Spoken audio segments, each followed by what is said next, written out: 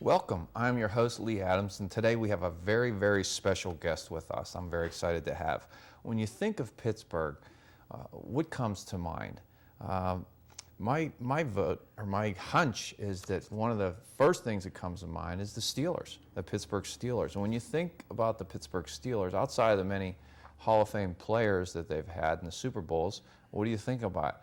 Well, my hunch is it's the Rooney family. And today, we have with us one of the members of the Rooney family, the first family of the Steelers, my special guest. He was the architect of some of the greatest drafts, the Super Steeler drafts in NFL history, actually. And he's also the author of the book Rooney, the story of Art Rooney and his clan. Please let me introduce Mr. Art Rooney Jr. Welcome, Mr. Rooney. Well, thank you very much. It's interesting the way you said about the Rooneys being known, and it's true.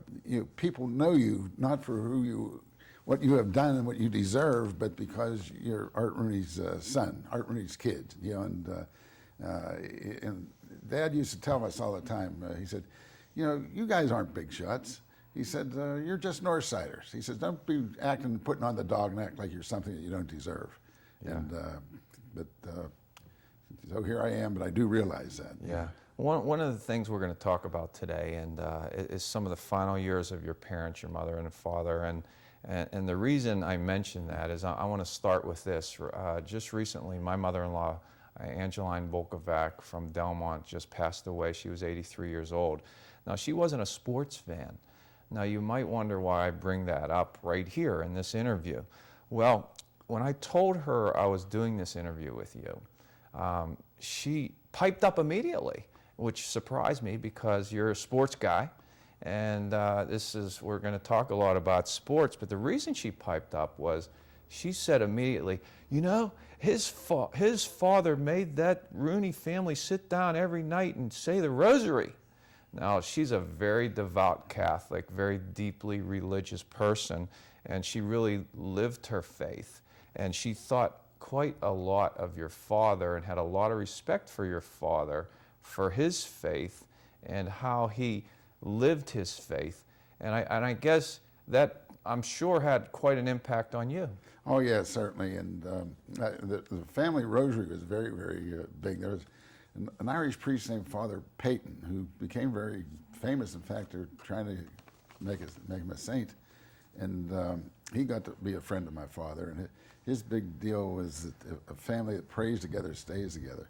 And we always had to say the rosary. In fact, he'd bring all the neighborhood kids in. And some of them weren't even Catholics. And he said, oh, that's all right, just sit there and be quiet, while we say the rosary. And we would say the rosary, he would lead it and, say the first part and would respond. And we carried that on, for, until we were young adults, teenagers. And Dan would lead it, and when Dan was out, then I would. And then Tim, there were three of them, just so there were three of them. And Tim used to make charts up, the number of rosaries said, and how they purported themselves. And one time we were saying the rosary, and I didn't like the way Tim was saying it, and we got into a bit of an argument, and then became a scuffle, and then we were really slugging it out for the rosary. And Tim finally picked up a lamp and hit me with it. And then this is the truth. The doorbell rang, and I went to the door, and I had blood on me. And I opened the door up, and it was Dad's brother, who was a priest, Father Silas. And he looked and he says, what are you guys doing? I says, Father, we're saying the rosary. He says, yeah, you're saying the rosary. But we did it, and it was, I guess that was sort of blasphemous. I don't know, but we did say the rosary. And the other big thing with Dad, of course, is the visit to sick, but more important was the visit to dead, the wakes. And his oldest employee was a guy named Joe Carr. And part of Joe's job was to go over the obits, and he'd circle all the guys, people, relatives of the dead. And Dad would engage, employ, whatever word you want me, for people to go with him to the funeral homes. And I remember when I was first married and would go over to visit the folks, and we had young babies, and he'd make me go to the funeral homes with him. And my wife finally got him. And it was really something because no one talked to the daughters-in-laws really didn't talk to him. And my wife went and says, look, I have these young kids that have to get back, and we are coming to visit for a half hour, and it ends up 2 or 3 hours, and these kids get real cranky. And you just can't make Art go with you to Artie, go with you to the funerals like this, But that was part of our life, and it was part of the Rooney's life from the time they left Ireland or Wales or wherever they came from, and went to Montreal and then down into I guess Youngstown, Ohio. They went where the steel mills were. Grandma's people were all coal miners, so we really were very Pittsburgh. Coal miners, steel workers, and they end up owning bars. I guess they graduate owning bars. How long does, for some people that don't know, talk about how long does the rosary take to say? Well, that depends. It can take anywhere from 7 minutes to maybe 15 minutes. And if you don't have any arguments or fistfights in the middle of it, I shouldn't tell that because that was it. You had 5 boys, and they were all proud kids, and they would even argue about the way the rosary was being said. So he would have the sons say the rosary? Oh yeah, he would always lead the rosary, and then when he was out of town, and what he said, you paid attention to. He would follow us to school and make sure we did not cross the street at a very dangerous spot, and if you did, then you caught it. He would scream at you, and you always paid attention to him. He said, "Say the rosary." You said the rosary. He told me once when I moved out to Mount Lebanon from the north side when I was married. He drove out to have dinner with us, and he said, "I counted 3 churches on the way to your house." He said, "You can go to Mass every day." So there was a little pressure there. Yeah, I mean, a lot of pressure. A lot of pressure. A lot of pressure. And you'd think that somebody would revolt, and maybe they did. I know I didn't, but today, the Rooney boys go to Mass almost every day, the week, not only on Sunday, but that. And I'm sure they all say the rosary. I know I do. I flew back with Dan after a meeting we had in New York last month, and he's a good pilot, and he had a co-pilot, and we had a nice ride, and it wasn't too bumpy. And I know I said the rosary, and that we landed. He told me, he said, "Did you hear I was saying the rosary with the co-pilot?" And I said, "Look, if I had known you were saying the rosary, I wouldn't have been saying the rosary. I would have been saying the act of contrition. If you thought you had to say the rosary flying that plane, That's interesting. So it just shows you how much influence parents have on their children to this day. For better or for worse, Yeah, right. Well, I want to go to this Steeler insignia right here, and I just want you to talk about how this was brought about. Yeah, and I'll give you my rendition. I had Vito Salino from the Pittsburgh writer who now writes for Jacksonville, and he told me, he said, you have a good book. He said, but he said, you have some factual errors. But the factual errors, I'm giving it the way I remember it. Right. And I recall that steel mark, it's like the American Steel Industry or Foundation or whatever it was, came up with that. And they spent a lot of dough, by the way, to figure that out. I think part of it's for the iron ore, the coke, and the natural gas, and the things that go to make the steel mark. I mean, the steel. And the way I remember it, John Rigger, who was one of our players, had come to my brother Dan, my dad, and said, I think that he was doing some work for those people. He said, I think that that'd be a good insignia for the side of our helmet, because all the teams had something on their helmet, but there's only a few of us were holdouts, and so Dad said, well, that'll be okay. He always listened to the players and what they wanted. And the Steel people were not going to do it. They were not going. They really dragged their feet on it, and we weren't pushing it. But ultimately we got the Steel mark on there, and we had the sticker like you have in your hand. That was the one that was on the helmet. Now they're actually painted or somehow put on the helmet. They're part of the helmet. And but there's only one side. Well, I was going to get to that. And our equipment guy is a guy named Jack Hart, who was a neighborhood guy. And they kept on getting knocked off. And he said, well, heck, I'm not going to put these on both sides. It's too much work. You know, we didn't have a big staff. He had to, do everything. So it only went on one side. And I forget what's on the right side, I guess it is. And that's the reason it's on one side, because it was too much work for Jack to put it on both sides. And that became a tradition. Yeah. That's interesting, because I think it may be the only Steeler, it's the only helmet in the NFL that has an insignia on one side. Yeah, well, that was a reason, because the man-hours it took to put them, on all the time. And now I see, the number of Super Bowls we've been in, 6 of them, the playoffs, and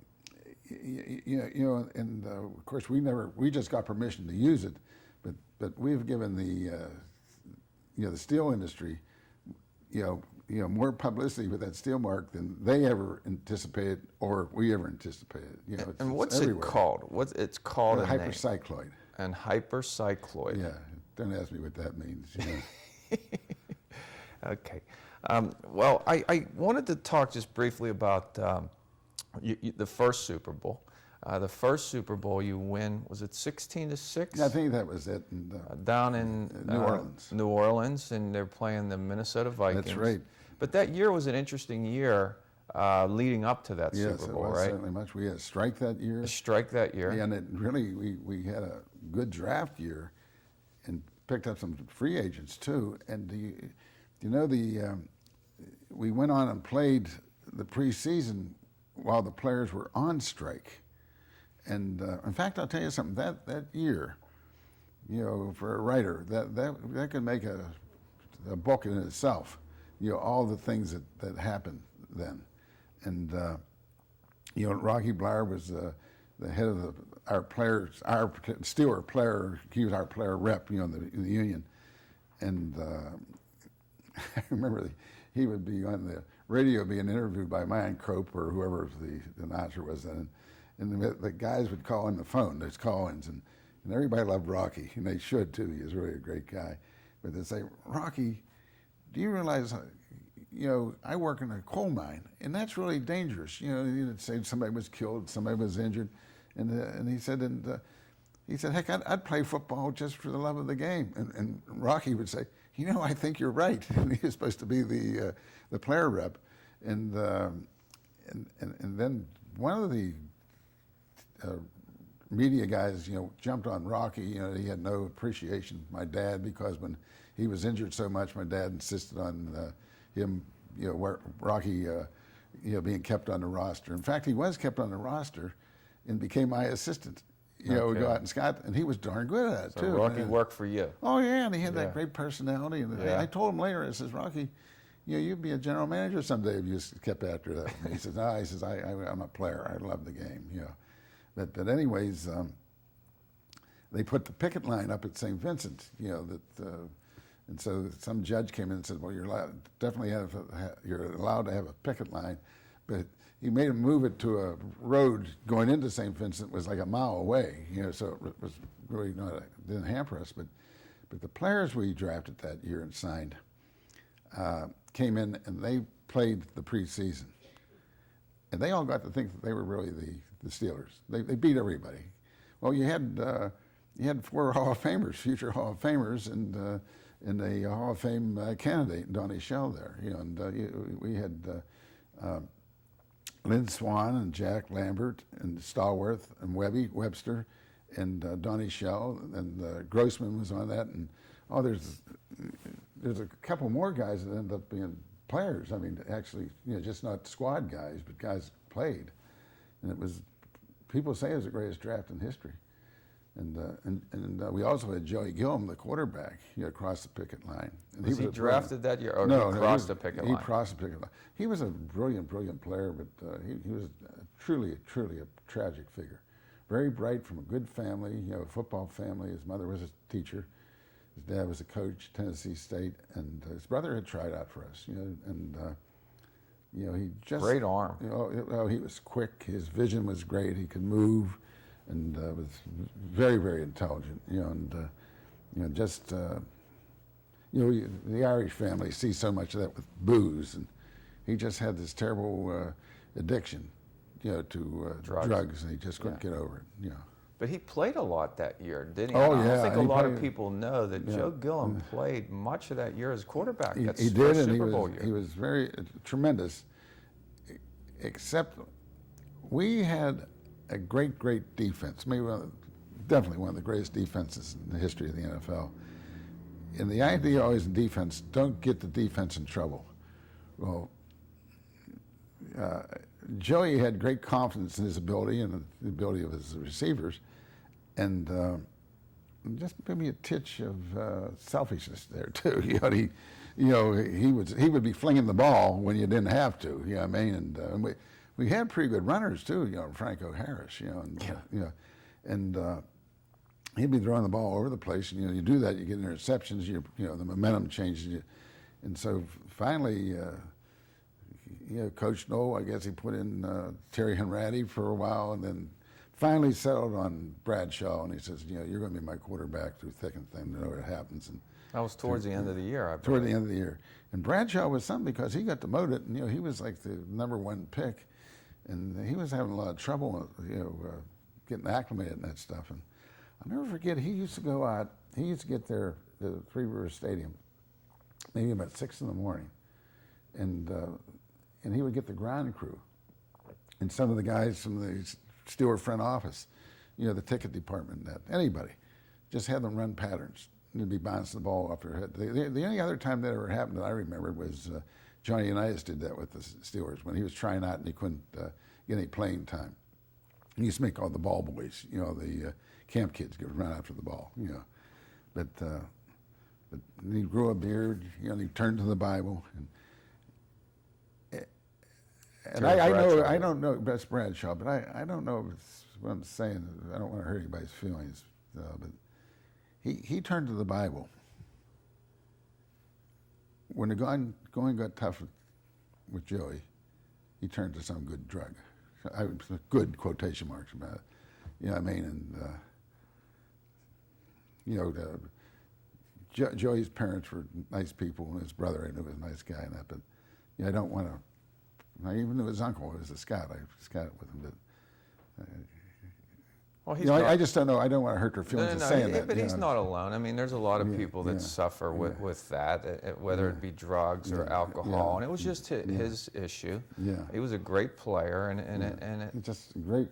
And that took him down. Yeah, and it's real life. And he couldn't shake it. He had the monkey on his back, and he couldn't shake it. No, it is a shame. It is a shame, and I'm sure his family really struggled through that. Yeah, they did. And that's just some of the things that you got to see as owners of the team. Some of those issues that came down. But now, that year, 1974, really, some writer could, write a pretty good short book on that. Now, Fran Tarkenton, he was running for his life in that Super Bowl because you're talking about the defense was so dominant. Well, L.C. Greenwood was unbelievable. Batted down passes. I think he caught Tarkenton for safety, and I know L.C. is a candidate for the Hall of Fame, and one of the criteria to get in the Hall of Fame is to be able to make the big plays in the big games, consistently. And I mean, his career, making these big plays, and that Super Bowl would be a great example of that. And yet he's not in the Hall of Fame. I'm wondering, as your father, Mr. Rooney Sr., for all those years he owned the Steelers and the tough times that he had for decades, to then get to a Super Bowl, what was the feeling like within the family at the time leading up to that first Super Bowl? I'll tell you something that happened that's kind of interesting. You don't get much talk about it. We had a real hotshot partner lawyer, a guy named John McCartney in Philadelphia, real Philadelphia lawyer. And somehow he came up with a deal where we could buy Avis, the rent-a-car people. And they were owned by like IT&T or one of those big companies who had some problem, infraction in regulators said that, well, as a penalty, they had to sell Avis. And they liked the stuff that were the bosses of IT&T, if that's the right one, liked what they had read about my dad and the Rooneys, and they offered, really a sweetheart deal that we could buy Avis. And I remember McCartney called all the boys, all 5 of us, separately. He says, now, and we all said the same thing. We don't want to do anything that would somehow spoil or interrupt this moment of my dad's life that we've been waiting for 40 years. And McCartney says, it's timely. You have to do it now or you're going to miss out on it. And we said, well, we'll take our chances. And it happened that way. That because of that, it went somewhere else. So you took your chances with the Steelers and passed up the Avis. Because it was an intangible type thing. Because we didn't want anything to take away from what Dad had worked for in this thing. So that was one of our better moments. Looking back at that, now we may not have done that. We were rationalized it some other way. Yeah. But was there a great anticipation with the family? And do you remember that first Super Bowl going down there? Yeah, going down, exactly. I went down to the Senior Bowl in Mobile, and with the Scotts, and worked on the draft and things like that, and Scott, the players, and finally the day we drove over from Mobile. Jack Butler and Bill Nunn and I drove over from Mobile, Alabama to New Orleans. And you can't believe the excitement, and then at the Senior Bowl, now you're with all your peers, all these Scots and assistant coaches are there, and you hadn't gotten into anything, and they were all coming up and saying, we're really for the Steelers, and I know how hard you personally worked, and it was just electrical, Then we got there and we'd go out to dinner, with the brothers and their friends and the hangers-ons, and everybody knew you. You were a big shot. It was unbelievable. All of a sudden you arrived. Now, after they won the Super Bowl, what did you do after the game? Well, I'll tell you one thing. I was, for that game, I was not in the press box or anything. I was down in the stands with the old Sugar Bowl with my mom and my wife, and someone else was with my mother, I don't know. But, and it was cold. It was unbelievably cold. My mother and my wife had on fur coats, mink coats. And when they went there with that, everyone said, you're crazy. But, and I remember my mother said, gosh, I'm freezing to death. I wish I had a shot of booze. and I'm not kidding you. This is the truth. 106 bottles came passing by to her. Now that's an exaggeration, 106 bottles. But all these flasks started to come over to my mother, and she said, I'd be loaded if I drink all that stuff. Yeah. She just wanted a little one to, to perk her up or warm her up. Well, that might show you how you arrived, just a little statement like that, and then bam. Yeah, but one of the things that happened, we won the game, and I stayed with my wife because, being a Scot, you were always away from home. And it was very, very difficult. We had a handicapped child, and my wife was at home taking care of the little girl, and I was always on the road, and it really put tremendous pressure on her. And so I stayed with her. I didn't go to the dressing room. And after the game was over, we won. Jack Butler, who was the head Scot, he reached over and shook hands with me and that stuff, and it was with my wife. And later, like a week after we got back, Bud Carson was our defensive coordinator, and he said, and this was very important to me. He said, I looked for you in the dressing room and I didn't see you there. He says, and I saw a lot of people there who should not have been there, and you were the number one person who should have been there. It wasn't. And I said, well, I had family reasons I stayed back. But you can see how many years ago that was, and I still remember Bud saying that to me because he was a real top coach and a football guy. So that meant a lot. I mean, it meant a lot to me. I'll tell you yeah, that. sure it did, because you've talked about in your book about trying to justify yourself with the Steelers, because some people may have looked at you being there because you were the owner's son. Well, that was the absolute truth. Yeah. I got the job with pure nepotism. Yeah. And the other thing is that I did not want to mess it up. I don't know if you ever saw the movie The Right Stuff, and Shepard was being shot off in the rocket, Right. and his prayer was, "Dear God, please don't let me screw this up." And I've improved the language there a little bit, but that was pretty much my idea. That don't let me mess this up. And we put a lot of time and effort and passion, really passion, and you put into it. Your job was your hobby. It was you talk about addiction. You became addicted to it. Well, I think a lot of people look for that in their life. They look for passion, and if you can find it and you're able to work in it, that's going to obviously help you do a good job. And I guess whenever you did finally win that Super Bowl, and Bud Carson did say that to you, I could see why you would still remember that. And people would always said that the Rooneys were cheap and dumb, and that was a big thing that proved. SOS, same old Steelers. That we weren't cheap and dumb. But as the years have gone by, I don't know too many people say that we're dumb anymore, but they still say we're cheap. And I'm at an age now, and I take that as a compliment. It says you're frugal. Well, there's a lot of senior citizens in Pittsburgh, and I think that they would take that as a compliment too. Yeah.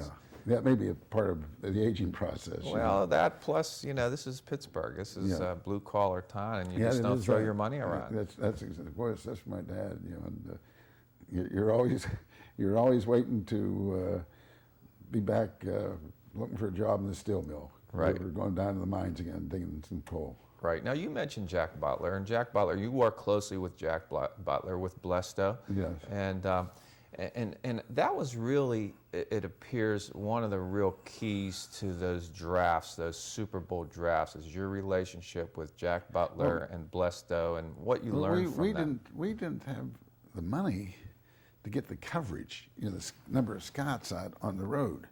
And I'd like to say that I invented Blesto, but I didn't.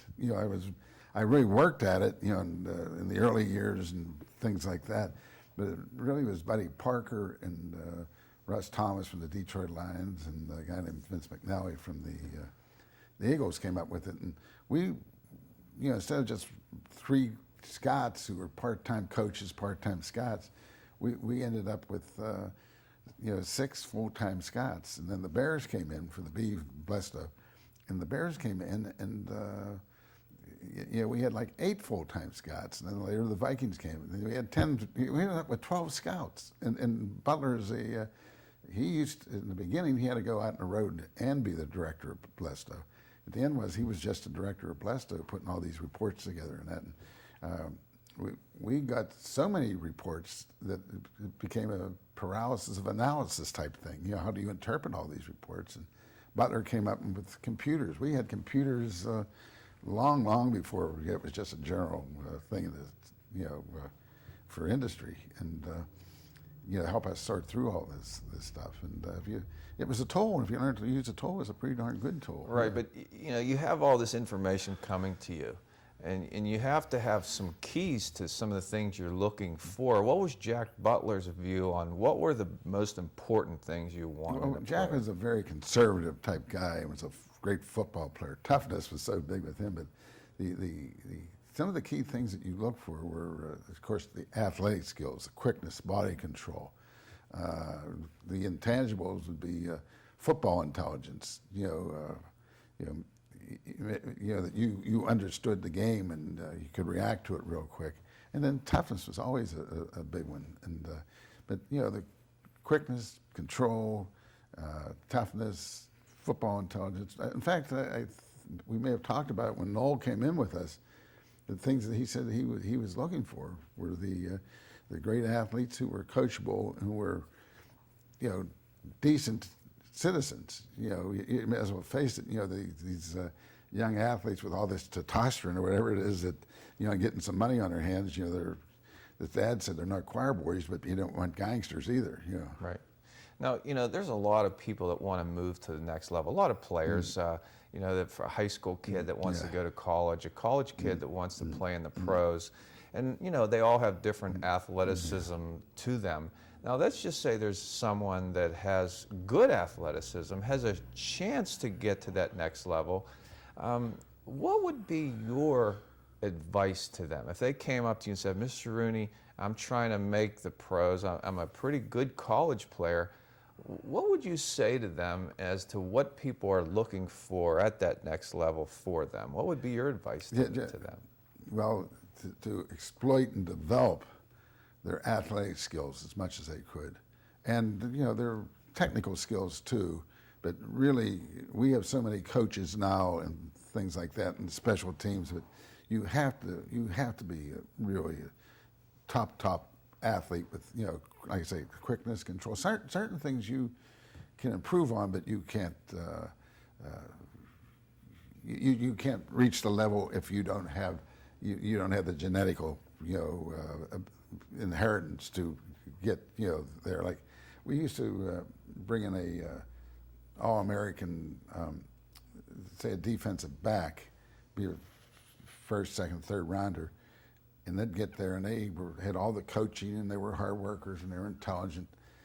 And then they would look and we had some kid from Grambling or Florida A&M, the black schools, that weren't exposed to that type of coaching.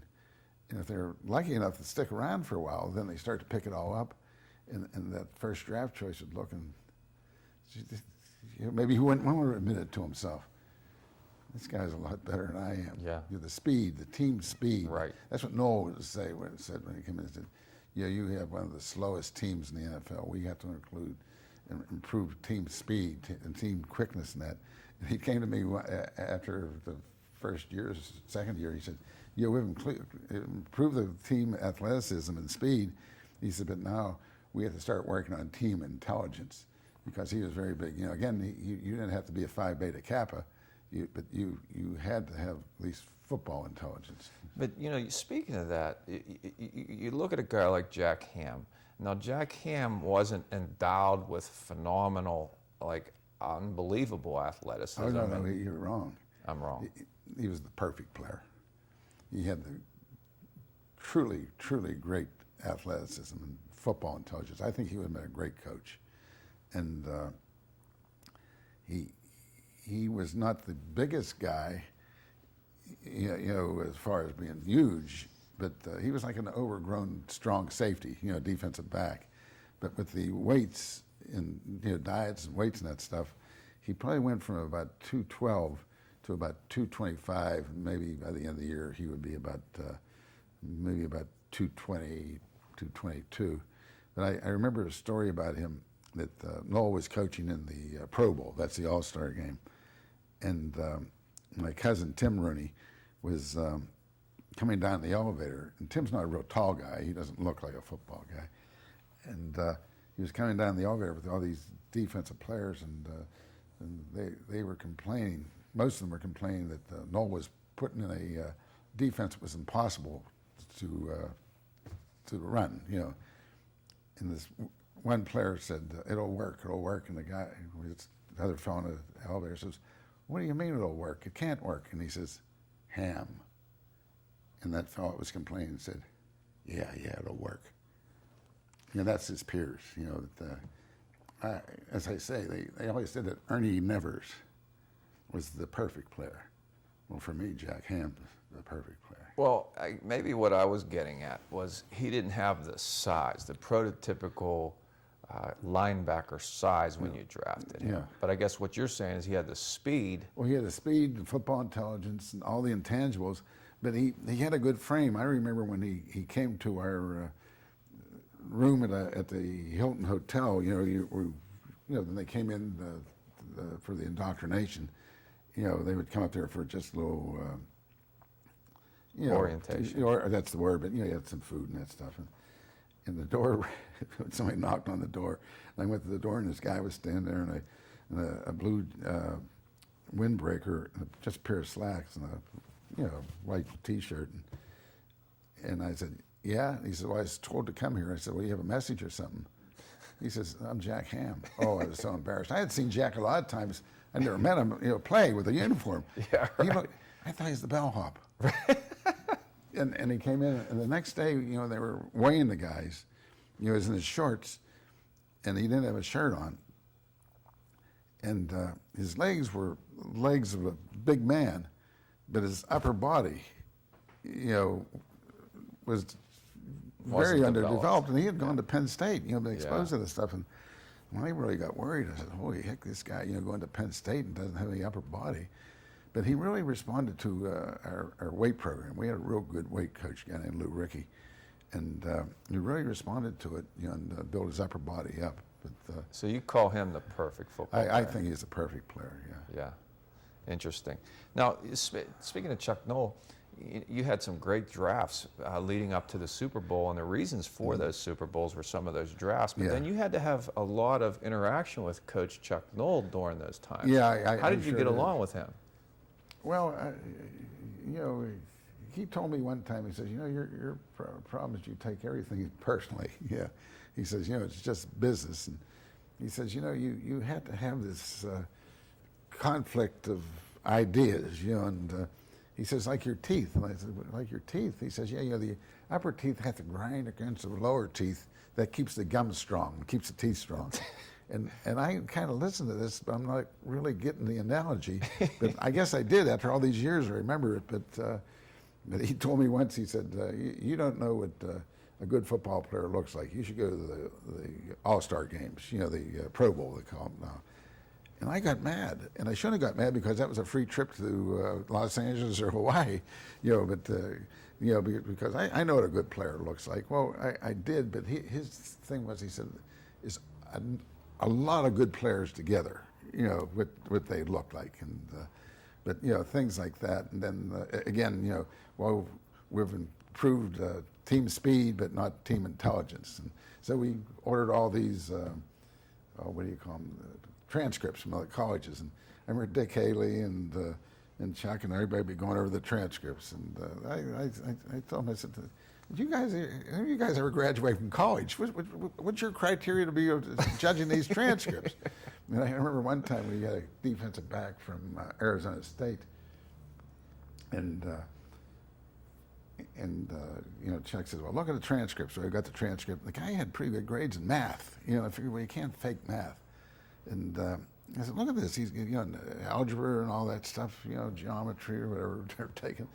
And he said, he looked and he said, the coach was in the bag. Not the coach, the teacher. The teacher was in the bag.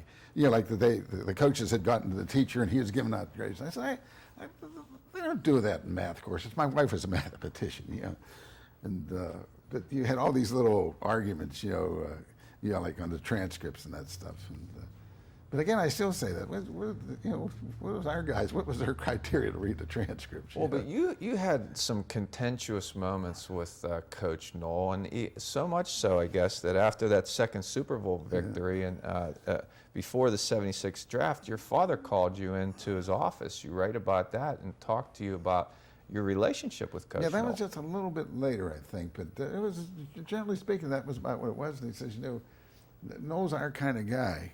Noll was. He really was, with the same background, and he said, he's the best coach in the league. He said, you're going to be the guy that's going to force him to go somewhere else. And I think that was a little bit later, though. But, chronological order.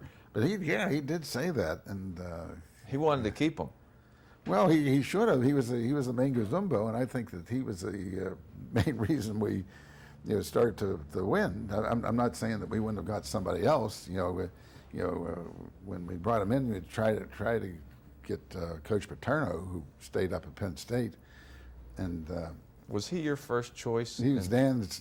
Oh yes, yeah. Before Coach Noll. Yeah, so he if Joe was. Paterno wanted that job, he could have had that job. Oh yeah, he was offered the job. He and Dan were sort of friendly, but everybody made the right choice. He made the right choice, and we ended up getting one of the greatest coaches in the history of the NFL. Maybe the best. I don't know. Now the Steelers won Super Bowls in '74, '75, '78, and '79. Now, when people would ask your father what was the best team of all the Steeler teams, what did he say? Oh, he always What say did you 70 think? Well, he always say 1976. And you didn't win the Super Bowl. We that didn't year. win, and I've heard Joe Green has said that, and I know the trainer, Ralph Berlin said that, and other players. So it was. I was probably the only one that didn't agree with that. And the only reason I didn't agree with it is we didn't win the Super Bowl, and we had these terrible injuries, but that was part of the game. Maybe '78 was our best team. Of that group, but it was really an interesting year. We lost 4 games in a row, and I thought, man alive, how can you ever recover from this? Even make the playoffs. And Bradshaw almost broke his neck, I guess it was. Turkey Jones over Cleveland almost planted him head first into the plow drive. And I heard after that game that coming back on the airplane, Fats Holmes picked Bradshaw up in the stretcher and carried him up the steps onto the plane. Because remember in the old days you didn't have the walkway. Onto the plane and carried him all the way to the back, and they took like the whole 2 back rows for him. Well, I mean, just the strength of that guy to do that. But anyways, we really had the greatest defense. And, well, I'll say because I was connected with the history of pro football, the greatest defense. And we had a quarterback that took Terry's place named Mike Krusek that really, he's a coach now, he should be a coach, really could follow the orders, hand off the ball, the short, the medium passes, maybe very, very seldom throw the bomb, And I think he won 6 games. I think he played in 8, but and we won, 6 in a row. And I don't think a touchdown was scored against us lately in 4 or 5 games. And when it was scored against us, the 2 of the defensive linemen got in a fist fight, because whose fault it was. Noel came running into the dressing room and, told them, we're a band of brothers. That's the band of brothers speech, then finally Terry did come back. We got in the playoffs. Then we got hurt again in the playoffs and went out in Oakland and beat us. But that was a phenomenal team and season. But again, my personal thing is that, maybe the '78, because we won, that was it. Now, the Steelers, probably the biggest rival back then were the Oakland Raiders, and some of the greatest games were the Oakland Raiders and the Pittsburgh Steelers. Now, back in '76, George Atkinson was involved in Chuck Noll with a lawsuit in the '76 season. What impact did that have on this team, and what was that suit about? Well, Atkinson and one of the other guys who I forget, defensive back for Oakland, were tremendous hitters. Jack Tatum. Jack Tatum, yeah. And they were tremendous hitters, and then, of course, the reputation got around that they had such great timing, they would hit you, after the play was over. And somehow Coach Noll came up and said, there's a certain criminal element, in the game, and then the reference was to Atkins, and then he sued, and a lot of the Pittsburgh people, suspected that Al Davis, the owner of the Oakland, had put him up to saying it, and I don't know if there's any evidence for that at all, but Al became sort of like the Darth Vader, of our main enemy, and my dad never looked at Davis that way. He thought he was just a real competitive guy in that stuff, but you had to have an enemy, and I guess the enemy was the Oakland Raiders, and Al was the leader of it. And now Mel Blount was involved in the discussion of that. He ended up getting because kind of mad. because they kind of trapped Chuck the criminal element because Mel was such a great hitter. Mel was such a great hitter that the league changed the rules. You know, very, very seldom happened. Maybe once or twice in the league history they changed a rule because of one player. And Mel, you know, they called him Superman, and he was. You know, and he had all this great athletic ability, and he was a very tough guy. And so I guess they kind of entrapped Jack into saying that, well, you could look at Mel and say maybe he was part of the criminal element too. Then Mel got upset, and he, was sulking about it. And I think my dad, maybe my brother Dan, had to trying to, calm him down about it. And it really kept on, getting more and more involved, and in a maze, of Gideon's knot, just tied up. And Chuck, my brother Dan, I don't think my dad ever went out to California for this lawsuit, nor did I. But the team was still, functioning. And George Perlis took over as the head coach. Ran all the drills and that kind of stuff, and he kept on going. But you talk about distractions. I mean, what a distraction to have your head coach and your manager. My brother Dan, pulled all the way to the West Coast, and then you end up making a statement. Your head coach, and then your great defensive back. He says, "Well, you're putting me in with those guys," and so I'm just I went traded or whatever it was, And speaking of distractions, the Steelers win Super Bowls in '74 and '75, and then they did not win 76, 77, and that was right around what you're talking about is those distractions. How well do you think the Steelers as a whole dealt with fame and success and those distractions? They were phenomenal. They went 72. They started to win. They went all the way to 86 without a losing season. They had won 8-8 season. But getting back, to the Super Bowl years, 74 to 79, I mean, it's just unheard of to win them, and probably would have won, in 76 also. They came close to getting the Super Bowl, but, injuries are part of the game. And we did have the distraction. One of the big distractions is that everybody becomes a big shot. Everybody from the equipment guys all the way up to the owners. To me, I think Chuck looked at me as a big distraction, and I hope he didn't, but maybe he did, But I was on the road a lot too, So, I think that all in all, they handled as well as anyone ever handled. And if you remember, somewhere in that time, Fats Holmes, our great defensive lineman, got arrested for shooting up the Ohio Turnpike. And that was a, major problem, handling him. And, ultimately he ended up in Western Psych. And, and he was there for a few games, and they released him to the, he could play football. And I don't even think he missed, much any of the season or anything like that. But that was a tremendous. You talk about the distractions, but we all kept on coming up on top of it. Yeah. And excuse me, I think one of the things there is the environment that my dad set up on that team. You say, well, he was just more of a PR type guy in those days. You know what I mean? But he really was a spiritual type father to these people, the players, the coaches, and us.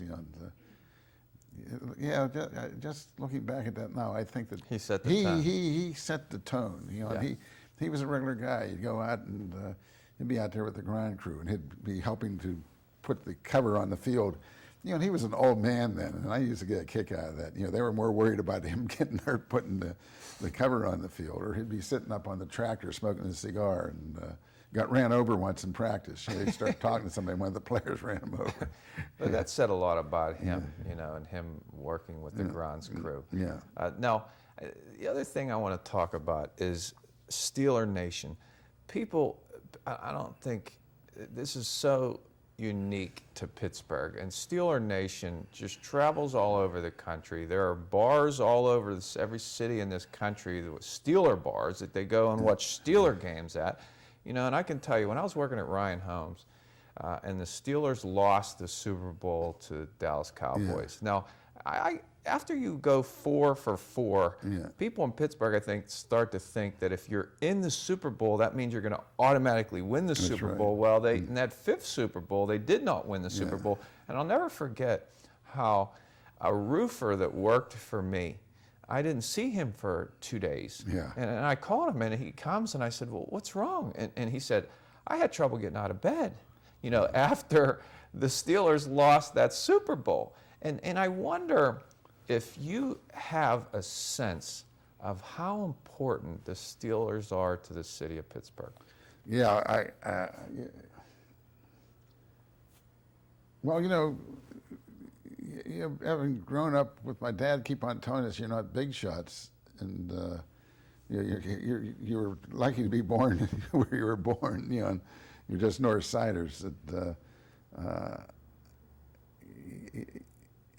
Ultimately, certainly it did. I remember after the one Super Bowl, I guess it was the first one, we were coming into the town on buses, and the trains, on that interstate out there, what is it, 276, whatever it is, the trains were blowing their whistles, and people lined the road. Then when you went through the Fort Pitt tunnels, into Pittsburgh, and man, everybody was there, and it was all black and gold, and people were on top of lampposts, and it was just shoulder to shoulder. And I just couldn't believe it, because we were always, dumb and cheap, what I mean? And, I was born in 35, and what did we have, 4 winning seasons before Noel got there, or something like that, and overnight success. Yeah, it was overnight success. That's right. But then all of a sudden it's a Steeler nation. And you go, like I say, you go somewhere and people know you. When I was a scout with the Steelers, I had cards. My name card, my calling card, made up. Art Rooney Jr., Vice President, with the steel mark on it and that stuff. And then when I stopped scouting, I didn't think I would need those cards anymore. And I remember my secretary said, we have about 500 of these cards left. And I said, I'll just get rid of them. I'm not going to need them anymore.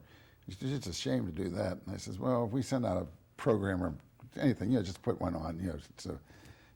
And then I found out when I would go even out of town, I'd sign a check, a credit card, people would say, oh, you're Art Rooney Jr. And I said, yeah, that's right. You try to make light of it and that stuff. And do I have your autograph? Well, I start to pull out the card and says, what's your name? Well, Joe, or Jane. For Jane, a great Steeler fan. For June, who bleeds black and gold. You see what I'm saying? I'm now on my 1,500 card. I have. Okay. That's how many I've gone through.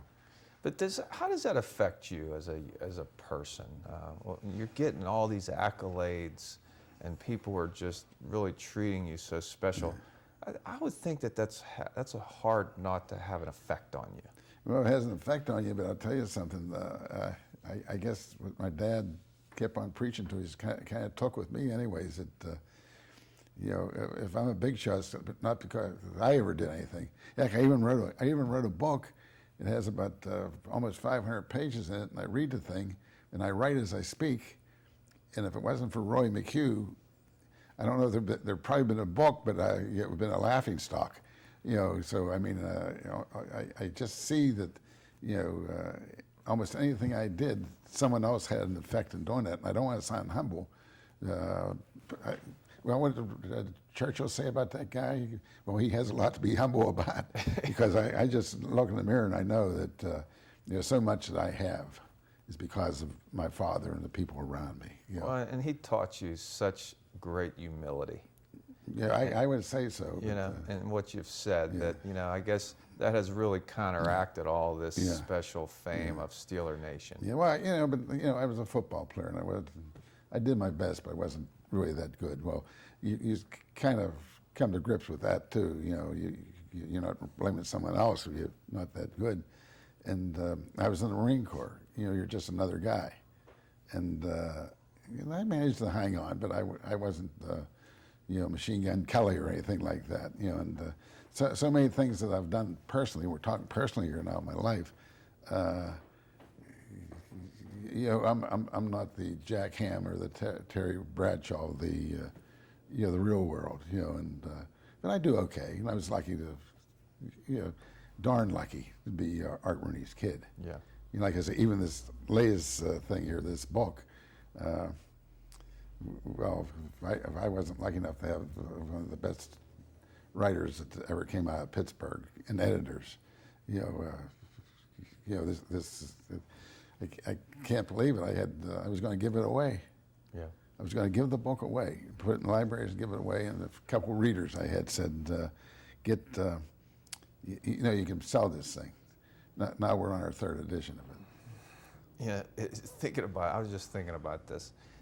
Just recently, there was a Monday night game, Steeler game, and my wife, she likes the Steelers, but she's not a huge fan because her mother wasn't a huge sports fan. So she went to bed a little early. And our houses are pretty close to our neighbors, and she's a real light sleeper. So she puts earplugs in, and I'm watching the Monday night game. And our neighbor, Philip, who just recently graduated from college, some big plays were going on and this and that. He just starts screaming, "Wah!" And I could hear him, And I'm thinking, oh, he's waking up my wife. And I talked to her the next day, and she goes, I heard Philip all night long. But, I just think of that and how the Steelers impact just a regular household. There's not much traffic in Pittsburgh during a Steeler game. Right. It's just a phenomenon. Yeah, I think it is. I think it is a phenomenon. It's amazing. Anyway, I want to go back to '77. You guys had a draft: Robin Cole, Sidney Thornton, Jimmy Smith, Ted Peterson, Cliff Stout, Steve Corson, Dirk Winston. And you also had a free agent that year, Tony Dungy. Boy, he's gone on to do some wonderful things. I hear, he wrote a book, and a great coach in Mount Lebanon by the name of Dick Black. He was a great basketball coach for so many years. He said he loved that book, Tony Dungy's book. I don't know if you've read it, but he said thought it was a phenomenal book. What do you remember about Tony Dungy? First time I ever saw Tony Dungy, I went up to the University of Minnesota, and he was a player, but he was the guy that used to help the pro scouts out. Give you the film you want to see, and give you the rosters and talk to you about it. Just a real nice guy. And boy, he was another guy. You might talk about Jack Ham, that was not the Man Mountain Dean or anything like that. He was a very intelligent, nice guy. And I scouted him. Where were they playing? They're playing Purdue. It was a Big Ten game, and he was the quarterback. And I thought, well, this guy looks like he's gonna hang on, for a year or so. Interesting prospect. But we were very lucky in getting Tony. That Tom Moore was his coach for a while up there at the University of Minnesota, was with us, and got him signed, and he came in, and they were going to make him a wide receiver. That's what it was, and they were afraid Bud Carson wouldn't have much time for him, and that because he wasn't really fleet of foot. He didn't have bad speed, but compared, it was a little bit like that example I gave you. You bring in one of these hotshot, Big Ten players, and they get there, and the other kids just have so much talent. But finally, he did get moved over to, and they took a little bit better look at him because of the relationships, with the coaches. I'm talking about Tom Moore and that, and he was tremendously smart and Chuck like that too, and he was not a bad athlete. He just was not a great speed type guy, but he knew every position, every play, everything, all the responsibilities of all the defensive backs, the linebackers, all the schemes that were being played. Had an idea of the offense from being a quarterback and playing wide receiver for a while with us, and. Instead of Carson not liking him, Carson loved him because of the intelligence in that stuff. And the son of a gun ended up making the team. Actually, one game, he's like one of the only players in the history of the NFL that, at least in modern times, that was it threw a TD pass and intercepted the TD pass and intercepted the pass in the same game.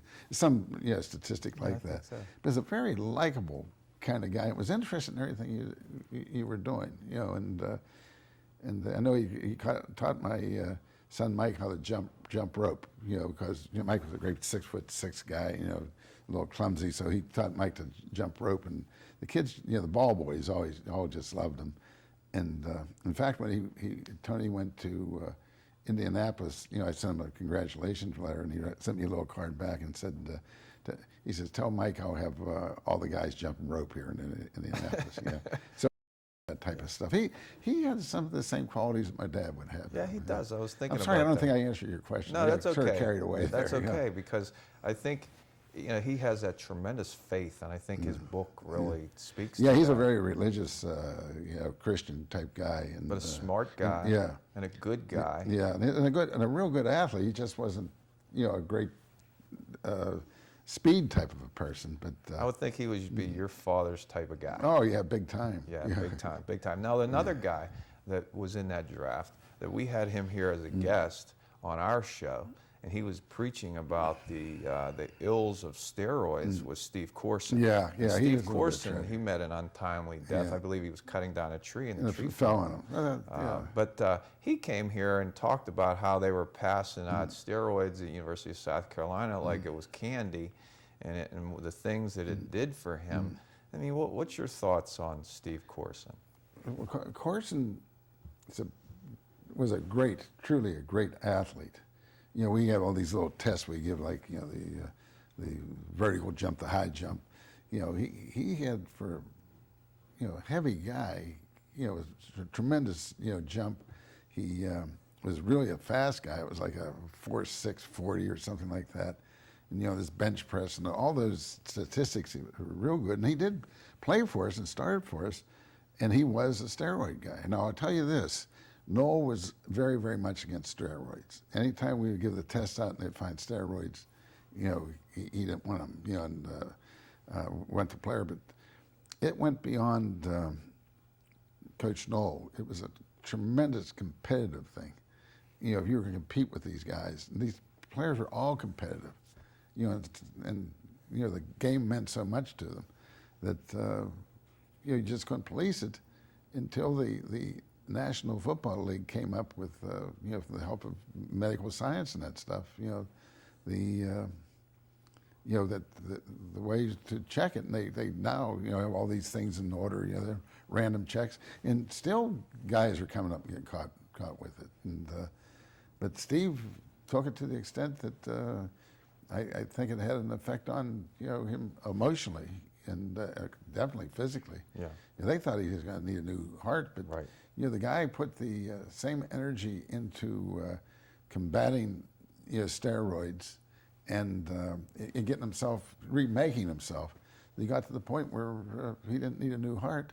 And the irony was, it looked like he was going to be able to live a, normal, productive life. And he was cutting down a tree. He was a real,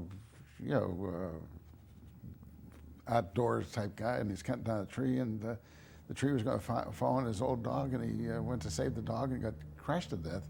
But I always looked at that and says, if he would have done that for his dog, he would have done it for a kid, a person. There's an awful lot of good in him, and I'm just sorry that I didn't.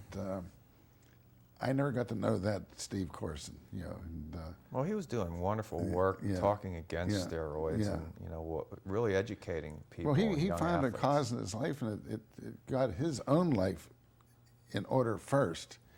Then he went out and was doing a lot of good, and it was.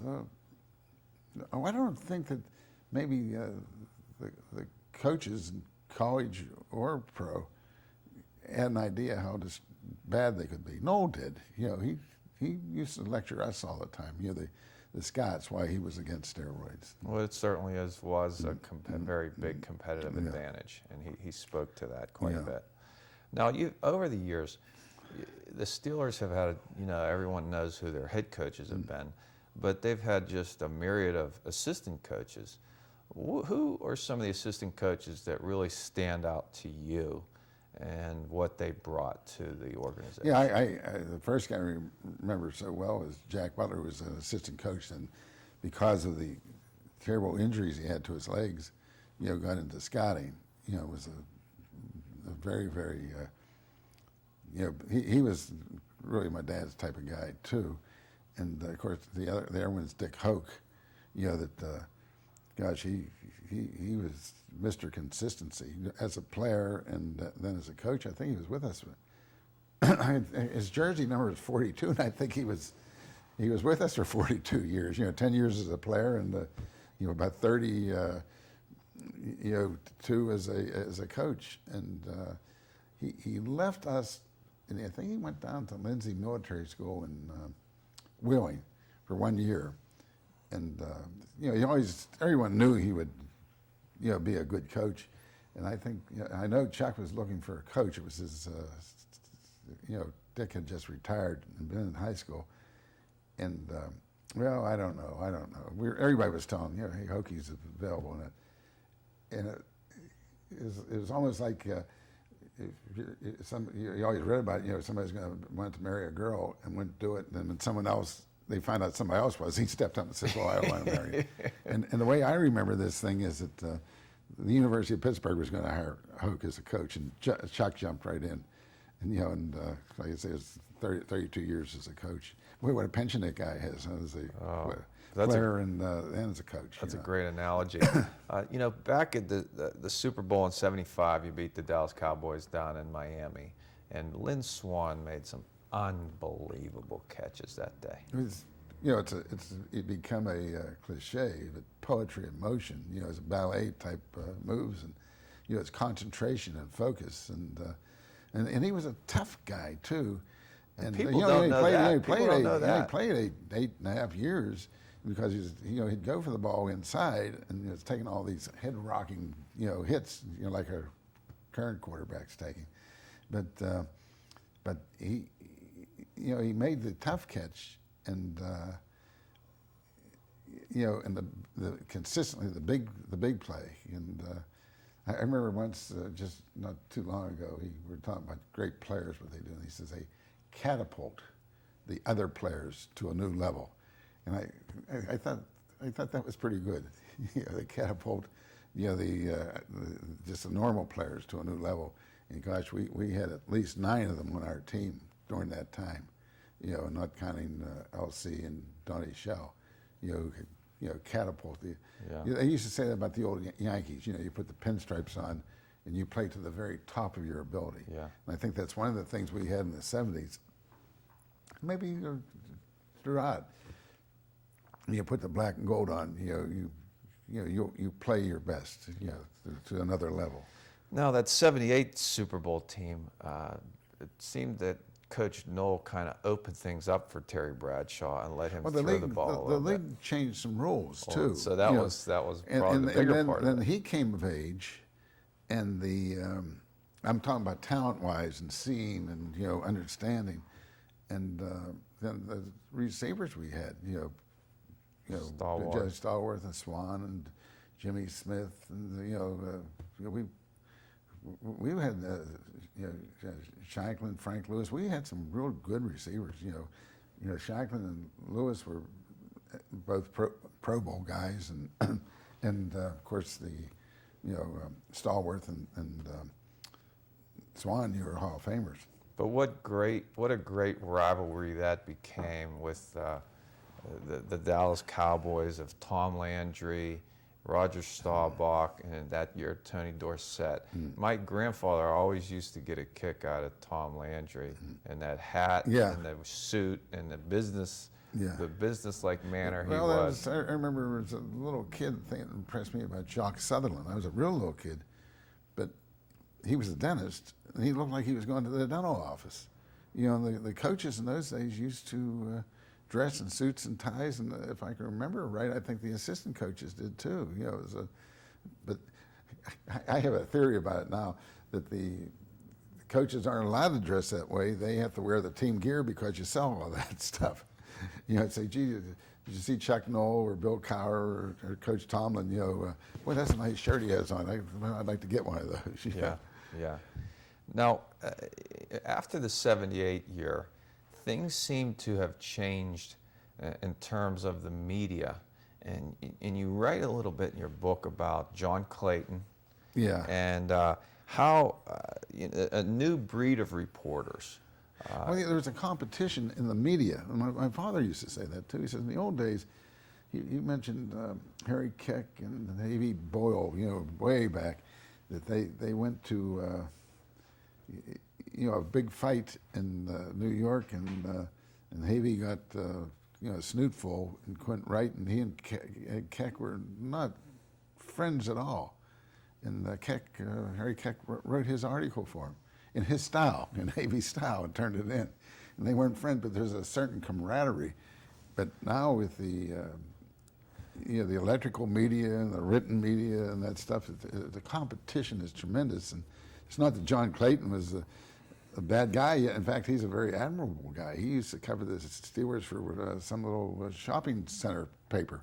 His mom used to drive him to practice, and he went out to Duquesne. I mean, now he's one of the big writers, and he should be. And I remember a story a friend of mine, Mike Kearns, he's passed away recently, told me about John Clayton and his mom, that they took a bus to the first Super Bowl.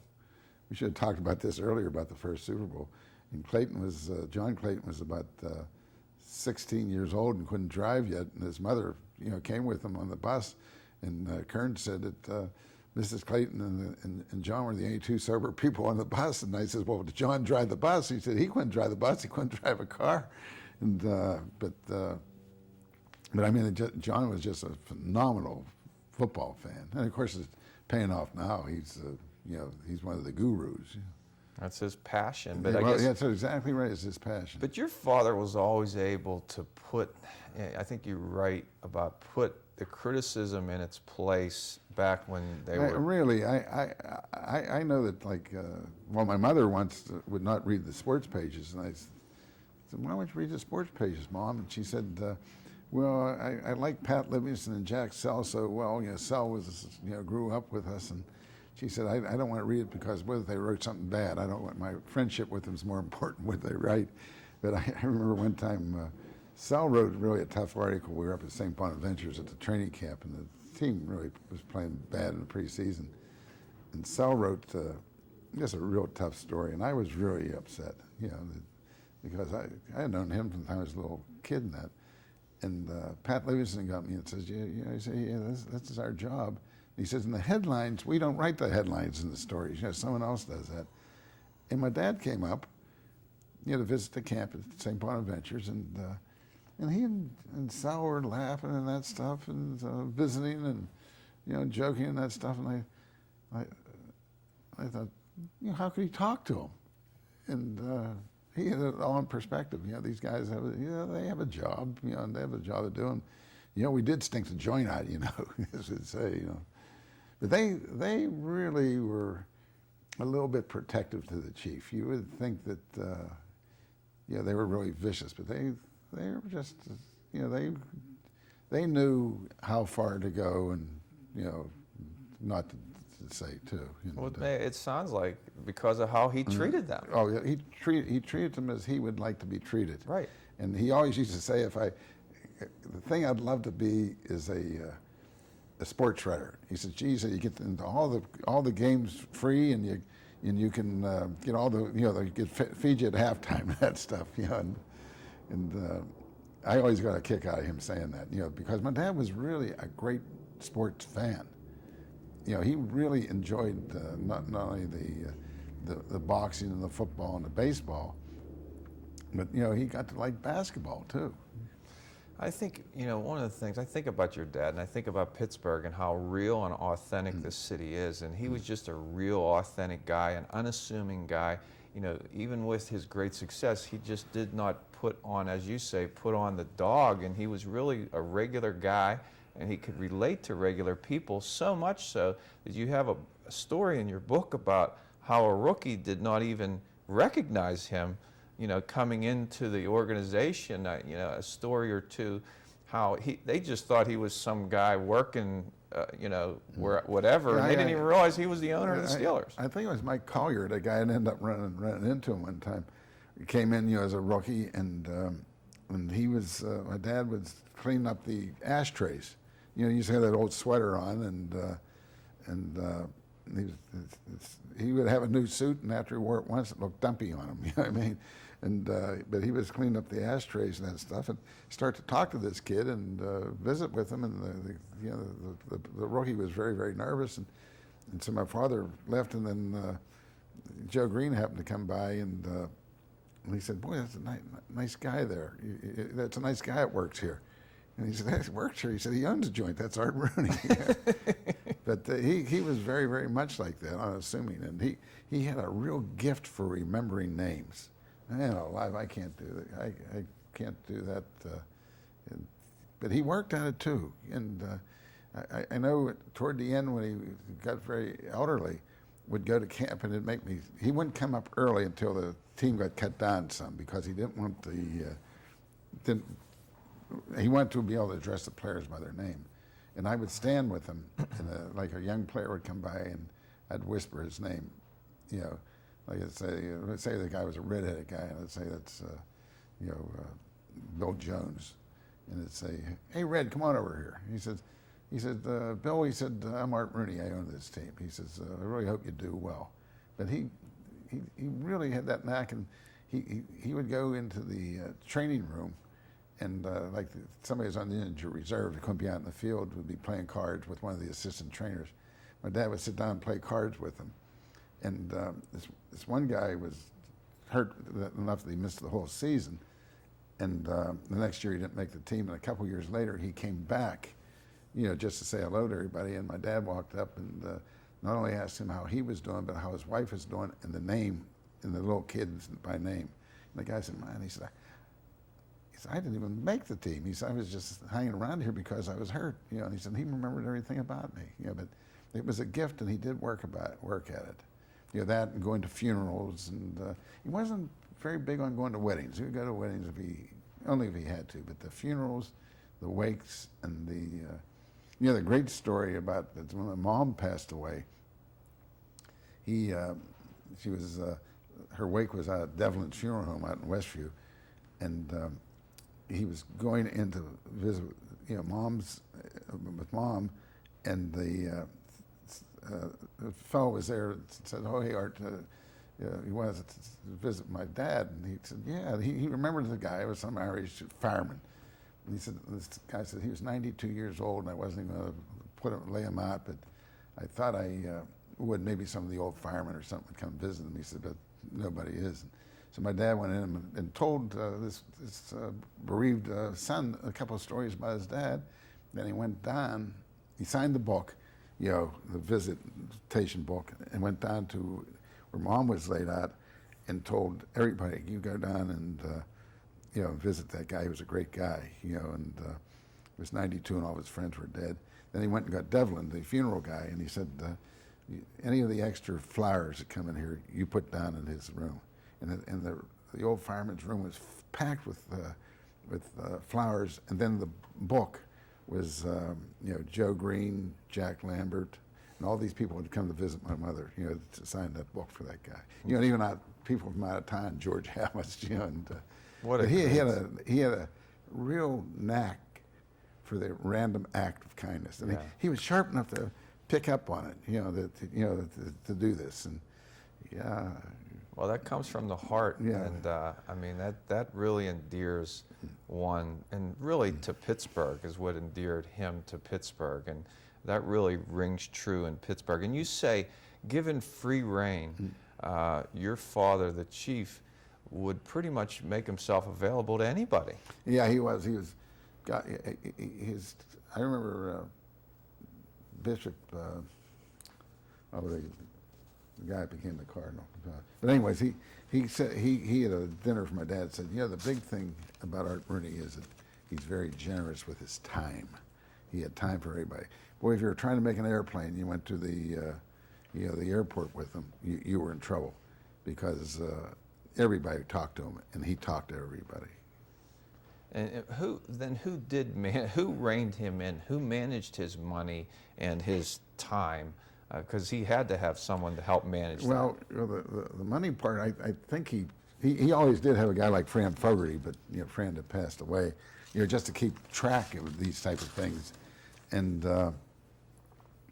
there'd be somebody at the Steelers like later on Dennis Timmons, was his our controller and that stuff, but he his time, his secretary Mary Riggin and Ed Kiley was one of his. Ed's still around, and he really became his his personal secretary, his right hand man, doing it. And actually would help him, would write some. If he had to give a speech, would give a little bit, but he would never read the speech. He'd look at it and get a couple of the ideas, and very, very short and sweet to the point with a little bit of humor, and wouldn't talk on and on.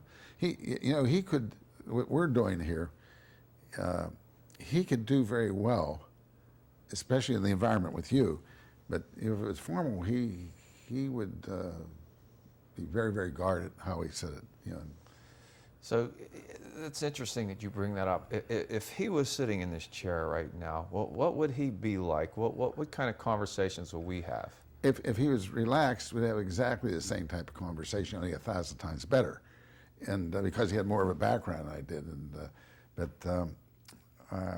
but like I say, if it was more of a formal type of deal, he would be very, very structured. Like I say, short and sweet, and like a speech he would have to give. Yeah, but he wouldn't read the speech too much, but he'd give it, and it'd be real short, and maybe a little bit of humor in it. But I remember Bill Burns did a thing with him called something like Meet Mr. Rooney or something like that, and I think it was a half hour, and they cut a lot of it out, But because of Burns, and heck, he knew all the all the people, the cameraman and all of that, knew everybody in the place, and they got him in the right mood, and he was very relaxed. And the one big thing he said, he says, the best thing that happened to me that my folks didn't miss the boat from Ireland, but they were coming from Wales. Yeah. In reality, he said, we didn't miss the boat to get to America. Yeah, the other thing that I really enjoyed learning about him was that he was he would talk to everyone, and he'd ask them their name and where they were from, and he could just strike up a conversation with anybody, and it didn't matter who they were and where they were. I was in Coronado, California, that's San Diego, and I had to go in the drugstore to get a prescription or something like that, and the guy looked at me and says, "Oh, your dad was here last week." Well, he was there for a meeting, but it was like it was just downtown Pittsburgh, and say your dad was here, but he had a way. He never knew a stranger, But he was a little shy though among big shots, and but he got to a point where he could handle that pretty good too, because he had such a background, that. We had a meeting one time with the people from Consolidated Coal, and they all showed up in their three-piece suits, and we were interested in maybe doing something with them, and they were very formal, and he talked to them about 10 minutes, and where are you from? Fairmont, West Virginia. And I played minor league baseball in Fairmont, and then I tell them, what about they had a cop there, ran the team. Fat little guy, and this guy lit up and he says, "Oh, that was so and so," and he said he just died last year. We all knew him, and before it was over, so many of those, they must have had 5 guys from the coal company there, and I think 4 of the 5 were West Virginia guys that were from these little towns, and they all went to West Virginia U and maybe on to Harvard or something.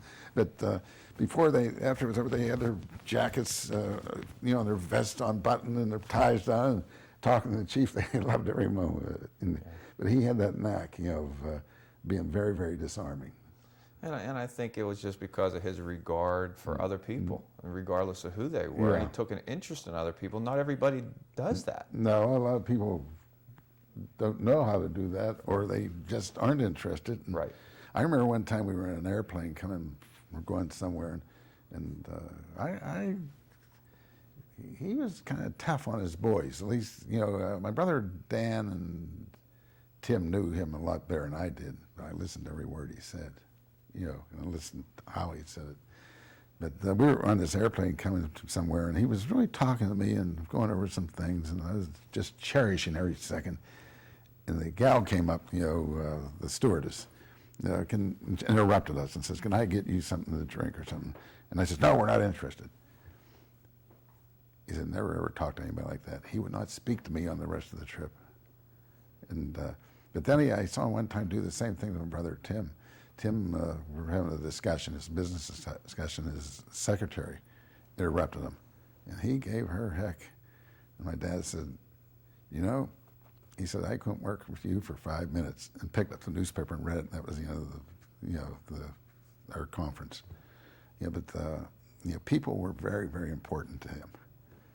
And it was on the level. It was just wasn't put on. And he just excuse me, and he was wrong sometimes too, because you did have to stick to the point. You know what I mean? And everybody that came in, you just couldn't be visiting with them. But he just didn't put up with disrespect. That you had that was a big thing. You could not disrespect. He was very, very much for fairness and respect. The big thing, like the racial thing, he was very, very respectful of, the blacks, anyone, because I think part of that was because the Irish had been so disrespected. Well, he was ahead of his time because there was so much prejudice and so much blackballing of the black athlete back in the day that he was ahead of his time. Yeah. Well, like I say, he was very respectful for people as people and very fair, but he didn't want anybody to be taking advantage of him. But Steelers' success brought you and your family contact with elite, the social, the political, the economic elite. No doubt about it. I was at a place last year in Florida and was invited to a party, and here a few of the people couldn't show up, and boy, I just about panicked because, then it was like a one-on-one thing. And they start to ask questions like you're asking, and I could talk about it, because I couldn't talk about things that maybe they were interested in, I'm talking on the business level or the political level, but they were just interested in, some of the things that they didn't know much about, and I could talk to them about it. And the end up was that they really had a good time and invited me back. I couldn't believe it. I had nothing in common with those people. Yeah, well, you've met some big shots with your success. Did any of them stick out in your mind, people that you kind of got a kick out of really meeting or talking to? Remember, one guy was a very elderly guy. I think his name was Farley, James Farley. He had been like some big job in the Roosevelt administration, and he had a reputation for never forgetting a name. He was even better than my dad at that. And I met him and we talked to him, and he was very, very interested. He said, "I'm going to tell you something historical. I just wrote a book, and it'll be, my last book." And he told us the stuff about, and he said, "You're young people, you should hear this," whatever it was about Roosevelt. But then I did see him again. He thought that was the last time I ever seen him. He came into Pittsburgh for a game. He was up in one of the boxes. And I walked in, and he remembered who I was. I was very impressed with that. And Mayor Daley in Chicago, talked to him. Boy, he was like just talking to a Pittsburgher. Really? Yeah, I mean, really a comfortable guy. I think he was maybe one of the toughest guys there ever was. But boy, he had a knack for that. And I don't know. That's now you asked me a lot of questions. I answered. That's one that kind of has me stymied. Oh, that's okay. That's a tough question. But your dad really took the assassination of JFK really hard. Oh yeah, really, really hard. Very, very hard. And why? Tell me. Well, he was an Irish Catholic, and first Catholic president. Yeah, the first and the only one. Yeah. And they used to say, I remember his old pal Rooney McManus was the guy that had sports bars, they'd call him nowadays, and was a semi-politician. And he said before Kennedy got in, he said, if a Catholic is ever elected, he'll never live to finish his term. It happened that way. And my dad had known Ambassador Kennedy, the old Joe Kennedy, and met Jack Kennedy a couple times. He said that when he and Bert Bell had hired Jock Sutherland to coach the Steelers, they had a reception for Jock at one of the hotels in New York. That was, the big time New York, the press and that. And he says, and Jack Kennedy was just been out of the service, and the Kennedy family were thinking that maybe to buy a pro team, for Jack to run, because he liked sports and that. And he came and visited, and he said, really visit and talk to my dad and Burt Bell and Jock Sutherland, and visit with the newspaper guys. And he said, really a regular guy, regular young guy. He said, it didn't look real good, he was real skinny. He said that, and later that day, the party ran for, like all afternoon.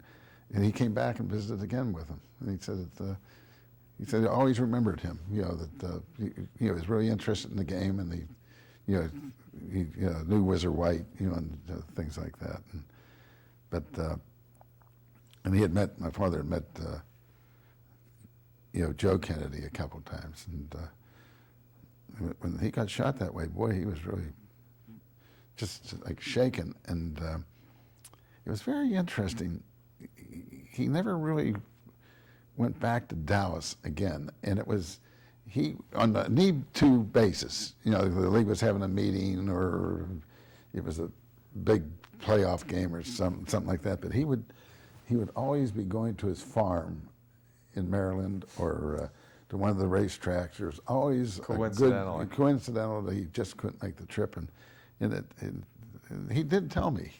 He held a grudge against Dallas. And they always say one thing an Irishman never even forgets when he becomes senile, is the grudge. And he kind of, and he liked the Texans, and he liked it, but just, that's where he took that personal. Took that personal. He really took that personal.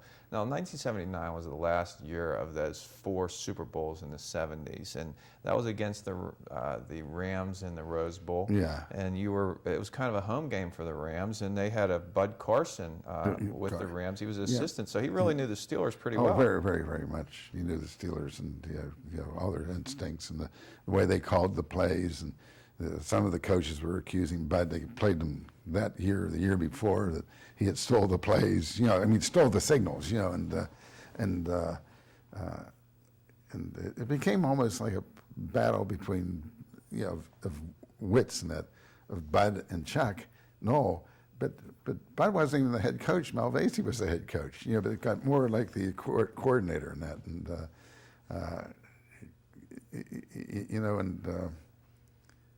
it was really a good game, a close game, but then we just prevailed. Bradshaw was, he and Stallworth are at the top of the game. Yeah, and, he was the MVP. Yeah, do those over-the-shoulder catches, and incredible. And they pretty well controlled Franco, and even though he did score like one of the, I guess, the winning touchdown or something like that, but on defense, they came up with a big play too. Lambert intercepted a pass that they were looking for, and we had some luck. One of their defensive backs dropped an interception that would have been a touchdown. Yeah, but luck's part of the game. Right? My dad said never ever put down luck. He said, I've seen brilliant guys that really don't achieve, in life what they should have. Seen hard-working guys, and they'll usually always have a job, but maybe not the job. And he said, but the lucky guys always seem to be on top. He says, and they're usually cheerful guys, too, because they realize they have that humility. They got it through luck. Well, after that season, that was probably the highest Pittsburgh ever has been, because that was the season where Pittsburgh was coined the City of Champions. That's right. Because in 1979, the Pirates won the World Series. 1979, the Steelers won the Super Bowl. And what a wonderful time in Pittsburgh that was to be a sports fan. And Chuck Tanner was the coach. Willie Stargell was the big star. And, I had a chance to speak to Chuck Tanner, and I'm sitting here listening to you talk about your father. And I met Chuck Tanner down at PNC Park, and we did an interview down there. And we went from the top stairs down into the press room, and everywhere we went, everybody was saying hello to Chuck Tanner. I mean, all the people, the workers, and anybody that was there and he was just. So I think he had some similar traits. Oh, he did. My father always liked him and talked well about him, and because my dad loved baseball, and that's why the cover of this book is baseball. Yeah. Because I didn't think that he would Dad would want me to make it like it's not really it's more than a football book, and so I had that baseball picture on there, but he always liked baseball, and he liked Tanner. Well, he always said that he did. Yeah. Well, what a great guy he was and is. But you were invited to the White House that year, and Jimmy Carter was the president. What stands out in your mind about that trip? Going to the White House. We went to the White House, and they gave us tea and crumpets, and they were great. And people were thinking about how they could steal some of the souvenirs, and things like that. And it was just, hey, we're here. Can you imagine that we're in the White House, we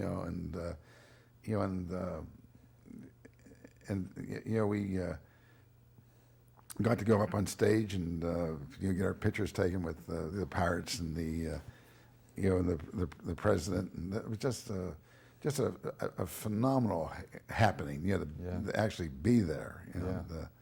And Carter was a pretty good guy. He came and shook hands and had his picture taken with every one of us.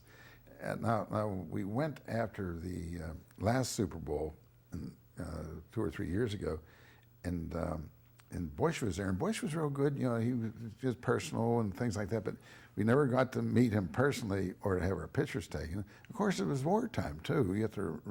It was just an honor to be there. But the one where we went to the Carter White House is, getting into the White House.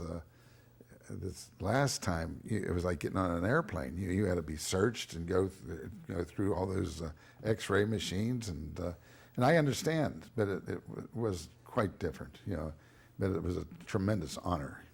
Now, the '82 season had another players' strike, but you said your father, Art Sr., had been known for his random acts of kindness, very much so. And I guess some of those happened during that players' strike. Yeah.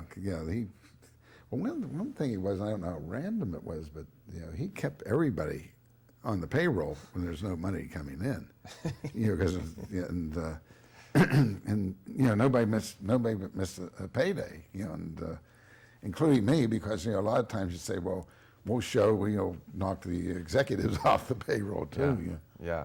But you also then go on to talk about you were in Seattle, and when you got the news about your mother. That was she had broken her leg, and I did have some heart problems, but nothing major.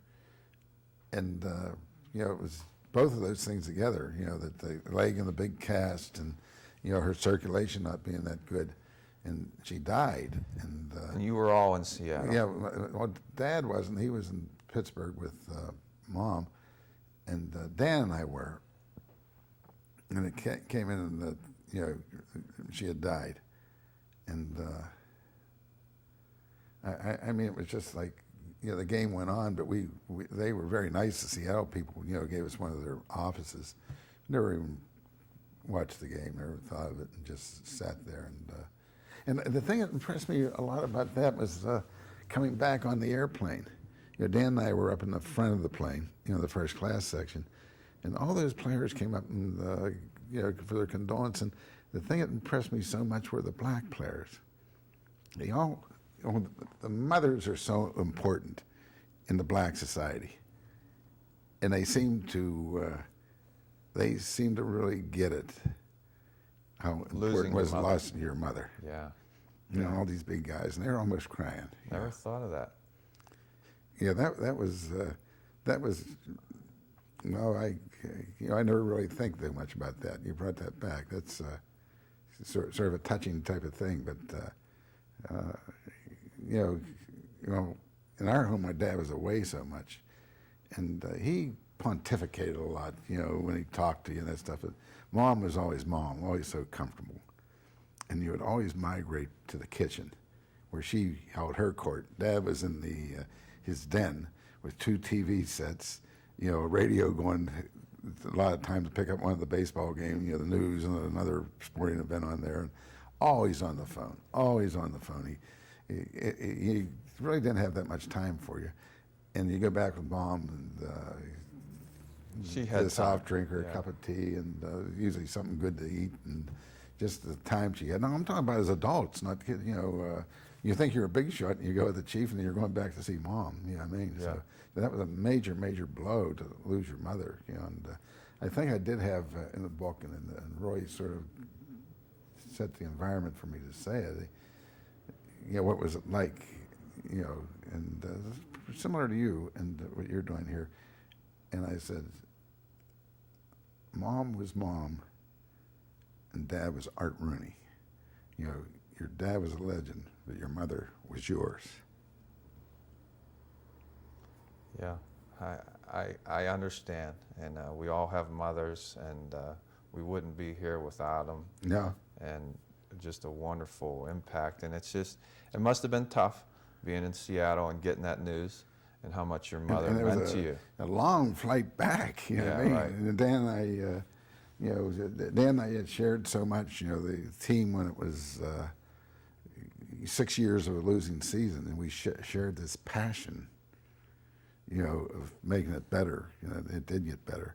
And then, your mother, and flying back after she had passed away. And I really, a lot of times you don't think of things like that because you want to put them out of your mind. Yes. That was a special, in a sad type way. And Right. like I say, especially for me, the black, and so many of the black players came up and talked to us. But I think about this, and I think about when we lose our parent, father, mother, grandmother, grandfather, and someone that had such great impact on you. And when that happens, when that day happens, when you lose them, all of the things come to your mind, all the appreciation and everything that they did for you and how they loved you, just all comes together, and that's why it makes that such a moment that you'll never forget. Well, I'll tell you, different people are different. It may not come immediately because all the things are going on, Right. especially with my mother and dad because of these big wakes and that. Right. But somewhere and somehow it hits you, and it may be just one little thing. Maybe that's going back to the Stanislavski method of acting, where you try to recall some of these things to get an emotion back. But somewhere something will set it off, and all of it comes back. And I think that when I saw the play this last showing they had of it, The Chief. the Chief, and we had some big things to talk about, the next day, and I had my mind pretty well set on things, and I saw that play, and I came back, and it just brought back so much of my dad and what he was all about. And then you got in deeply into that stuff. What would he say? What would he think? How would he be here? This situation and that stuff. And here you're sitting there, and it's not 5 minutes, but 10 minutes, 20 minutes, a half hour, 45 minutes, and then your wife is going down the steps. Aren't you ever coming to bed? But it just sets off and brings back these memories. Well, as you're saying, you're posed with some big decisions maybe in your life, yet so you sit and try to contemplate, and something clicks, and you go back to your roots, That's and you right. start to think about what would my parents do, and what did they teach me at that time. Now, question would be, how did your father react when your mother passed? How did he handle it? Who did he lean on? And then who did he then have to rely on after that? He really was like in a daze, I thought. And of course, he had his religion, he had everything, and he had 5 sons, but only 2 of us were in town. But Tim kind of came in and stayed with him, and kept on returning, to stay with him. But he wouldn't say much. You would go over to his house, like I say, where he held court in his den. And of course, Mom wasn't in the kitchen anymore, and Aunt Alice was there, lived with us. But he was always very, very quiet, very quiet. And one time during that period, she passed away about Thanksgiving, and right before Christmas, I came in, and here Franco Harris was there with him, and Franco's son. And I was very moved by that. for Franco to be there. To help him in his grief. Yeah. Mm-hmm. That's wonderful. That's really wonderful. But I knew he was getting over it when he started to answer the phone again. And he would only talk to so many people like Jack McGinley, his brother-in-law, and his sister Margaret. And Margaret would be down there now and then, not more than now and then. But when he started taking the phone calls, when he stopped having time for you, even though you didn't say anything, you were just there together. And now the phone, he was taking the calls.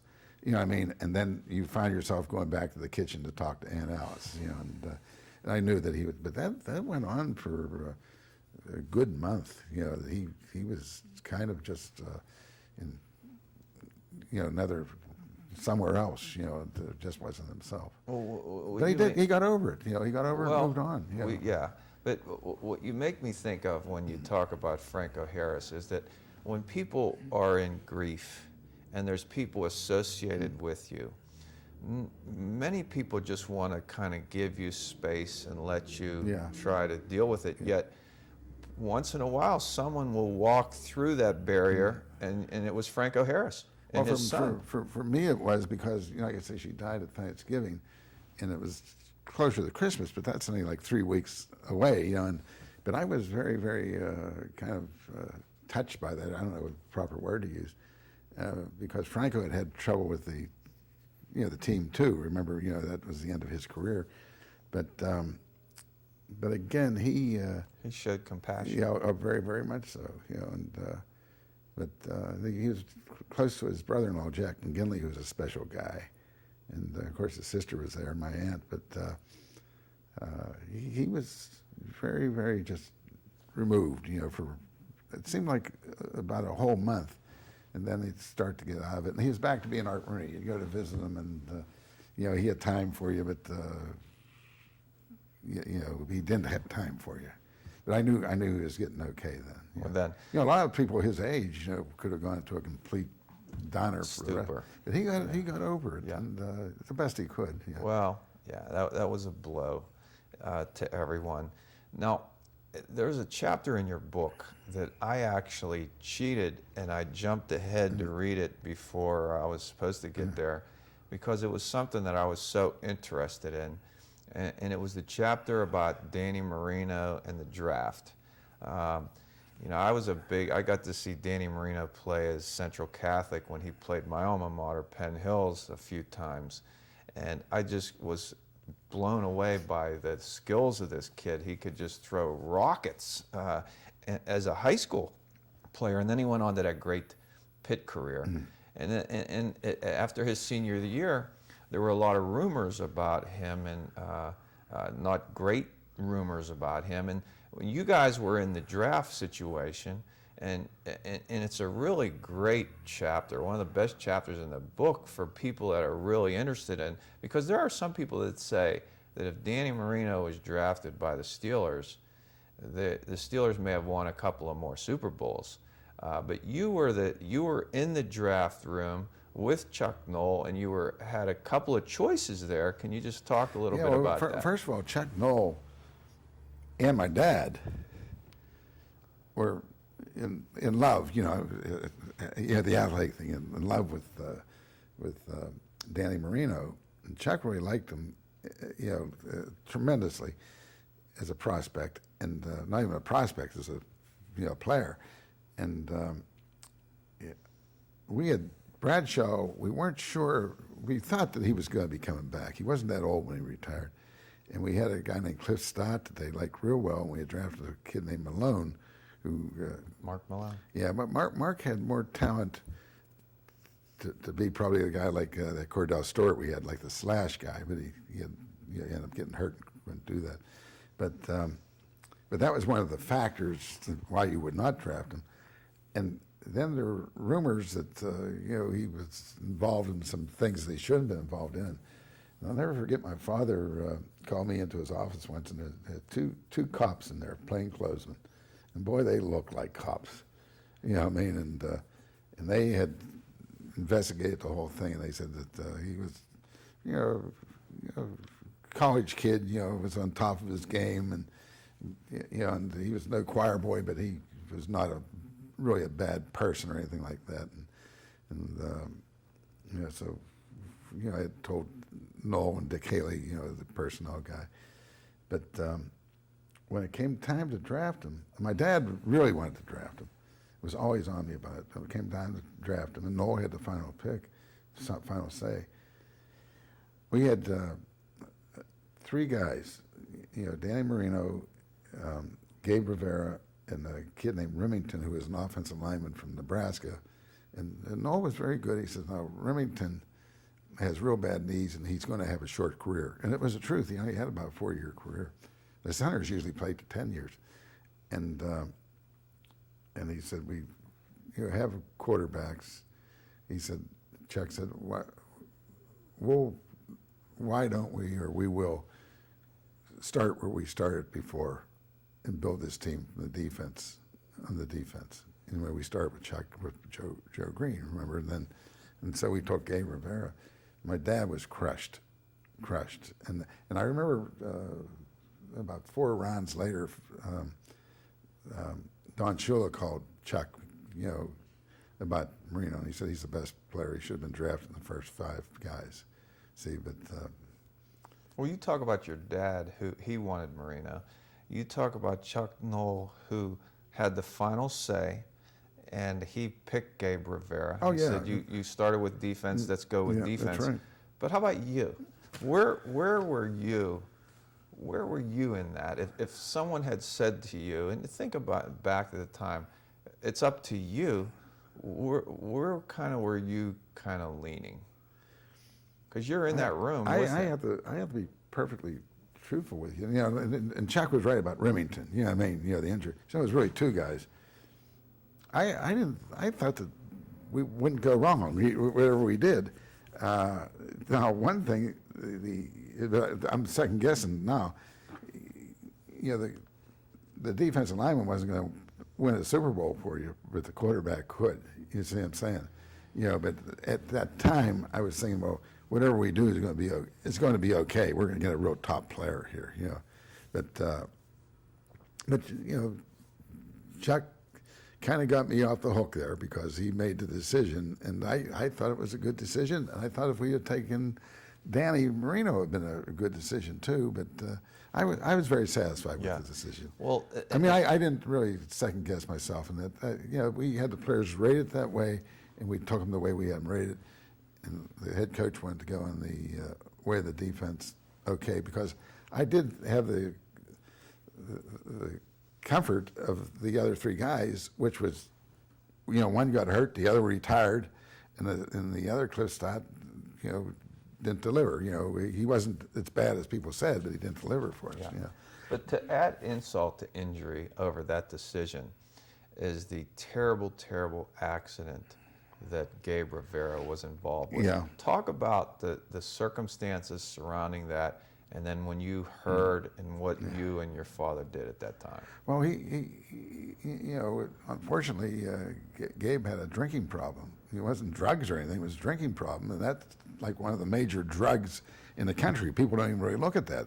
How many people are, killed in accidents, and he was destroyed. He broke his back. He's still in a wheelchair, and I just remembered so well that the team went to Seattle, and I didn't go with them. Of course, my father didn't either, and this accident happened, and my father called me up and says, "Come and get me. We're going to the hospital, visit with Rivera." And so he was at Allegheny General Hospital. And of course, we grew up there. We knew, just pulled on the street and parked there and walked across a little bit of North Park. It wasn't North Park out in the suburbs. I mean the North Side Park, by the big fountain there, and they had a flower vendor, and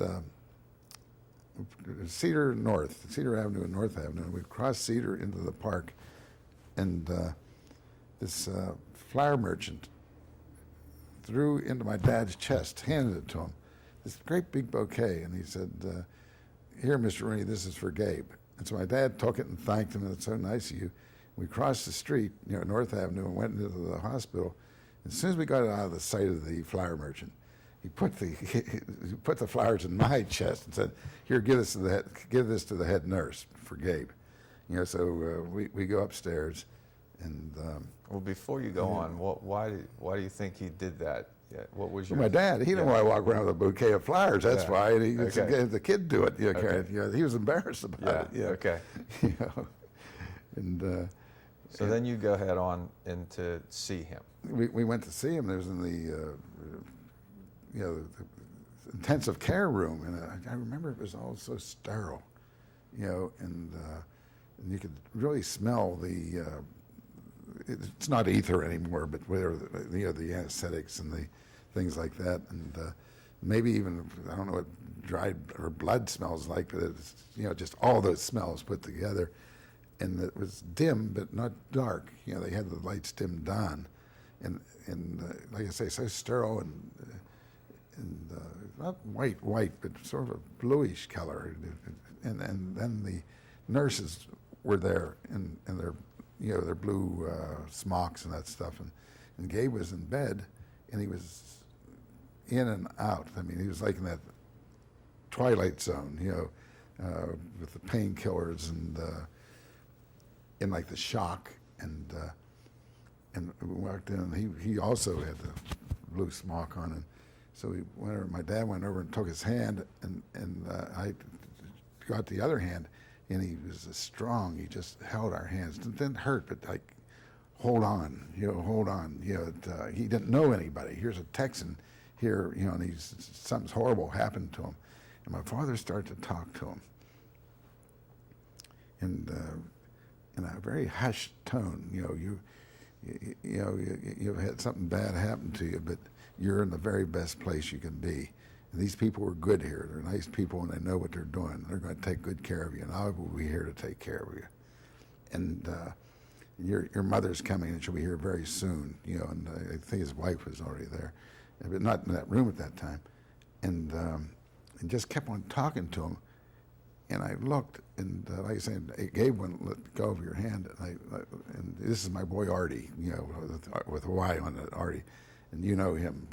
I guess I was one of the people he did know, you know what I mean, because of being the Scot and that. And I listened to my dad, and I looked at him. And it was just, the focus that he and Gabe was very intent, the best he could, with the anesthetic and the shock and that, listening to him. And I thought, my God, he is the chief. Because in a moment like Yeah. that, the compassion that he showed you, and it's probably instructive to you, and you remember to this day. And he said, and I just said, God, he's the man, he's the chief. And and Gabe, after that, we were trying to teach him to be a Scot, and he was very good, but he had so many other things on his mind. And I remember Roy McHugh, we had written this thing, and he said, I need more information on Gabe. So I called Joe Gordon and various people, get more, what he was doing after this. And Roy was tremendously insistent on that. And he said, he had read that, we were having a reunion, and Gabe was coming in for the reunion, and he said, go see him. And I said, well, I don't know if I can get, I'm making all these excuses. Now I'm being like one of his reporters. I don't want to go see him. Not that I didn't want to, but I felt uncomfortable, you know what I mean? And he said, and so I did, and I got my son, and I had never been in the bowels of Heinz Field, down through the dressing rooms and all that kind of stuff. And so my son took me down, and we're going because Gabe is here. No, he's not here. He's over there. No, he's just through here. He was in a wheelchair. So we finally went to this place where the elevators were, and someone yells out, Art, over here. And it was Gabe. He was calling to me. And I went over and visit with him and his wife, and had a tremendous visit with him because he remembered, how I tried to help him to be a Scot and that stuff. And I was very proud of myself and happy, and I got information about him.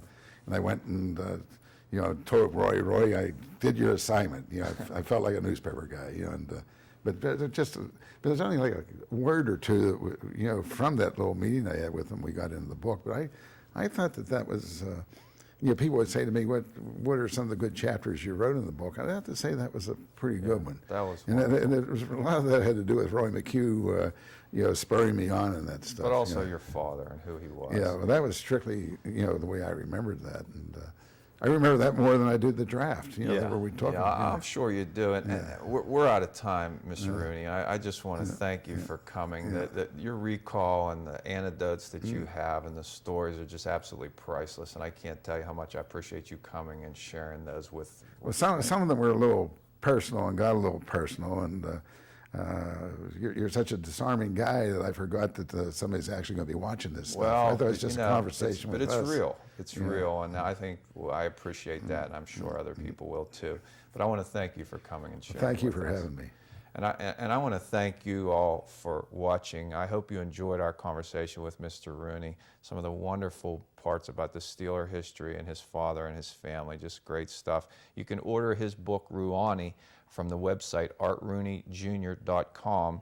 And I just want to leave you with two quick things. Please be an organ donor and give the gift of life. It's the most wonderful gift. It's a gift that keeps on giving. I would just also like to send a best wishes and prayer out to the Bolkovac family. My mother-in-law, Angeline Bolkovac, 83 years old from Delmont, recently passed away. What a wonderful woman. She really lived her deep, devout Catholic faith and taught everybody around her how to live and be the giving person that she was. She had such a great impact on all the people around her. I hope you enjoyed our show today. Thank you for watching. Please join us again. I'm your host, Lee Adams. Take care.